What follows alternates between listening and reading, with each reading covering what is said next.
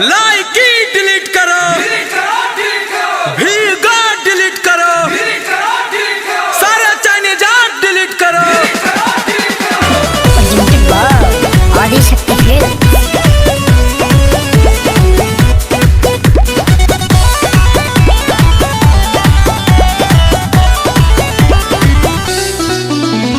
यारो खबर आने की न है कोई बात, हमने दिखाया चाइना को औकात।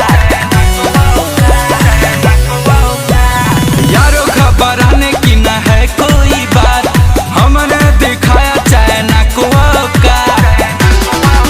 मेरा देखेगा जुनून कितना गरम है खून, फिर ऐसी हरकत न बार बार करेगा।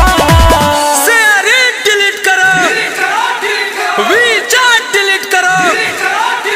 मेरे देश में इतनी क्षमता है, वो ऐसा ऐप तैयार करेगा जो सच्चा भारतवासी है, वो टिकटॉक का बहिष्कार करेगा। जो सच्चा भारतवासी है, वो चाइनीज ऐप का बहिष्कार करेगा। कमी एकरी में ना, एकर नस्ल में बाटे, चाल पे चाल चलल खाक कईल, एकर असल में बाटे। कमी एकरी में ना है भाई, तो गलत एकरी के बाप असल में बाटे।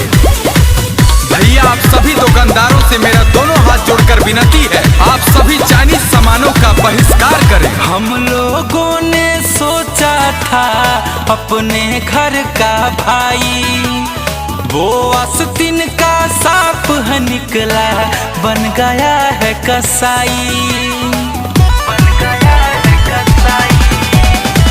हम लोगों ने सोचा था अपने घर का भाई, वो आस्तीन का सांप है निकला, बन गया है कसाई।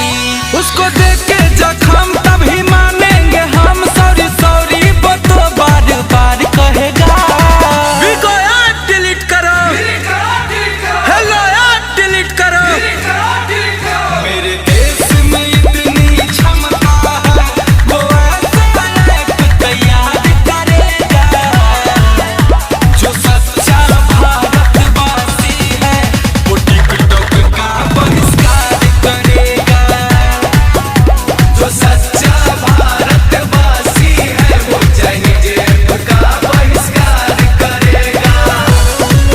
अब लागत बर्दाश्त ना होई, अब केहू पे आस ना होई, कबो ना भुलाए वाला घात का दले रे।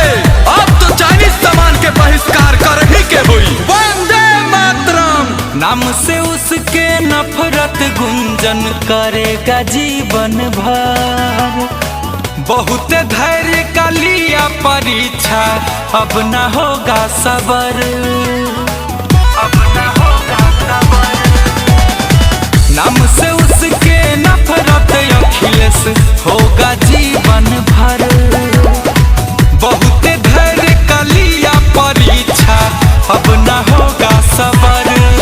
हम सब होंगे जब एक उसका माइंड होगा क्रैकर, जी मोदी जी से वो बार बार करेगा। ब्यूटी प्लस डिलीट करो, सारे चाइनीज ऐप डिलीट करो।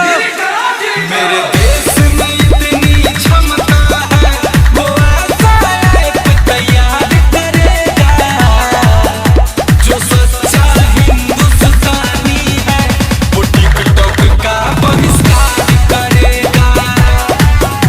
जो सच्चा भारतवासी है, वो चाइनीज ऐप का बहिष्कार करेगा। मेरे प्यारे दोस्तों, मैं गुंजन सिंह आप लोगों से कहना चाहता हूं कि आप लोग सारे चाइनीज सामानों का बहिष्कार करें। आप लोगों ने हाल ही में देखा, हमारे 20 जवान शहीद हुए इन्हीं चीनी के रचे हुए षड्यंत्रों के द्वारा। तो आइए हम और आप मिलके चीन के सभी ऐपों का बहिष्कार करें।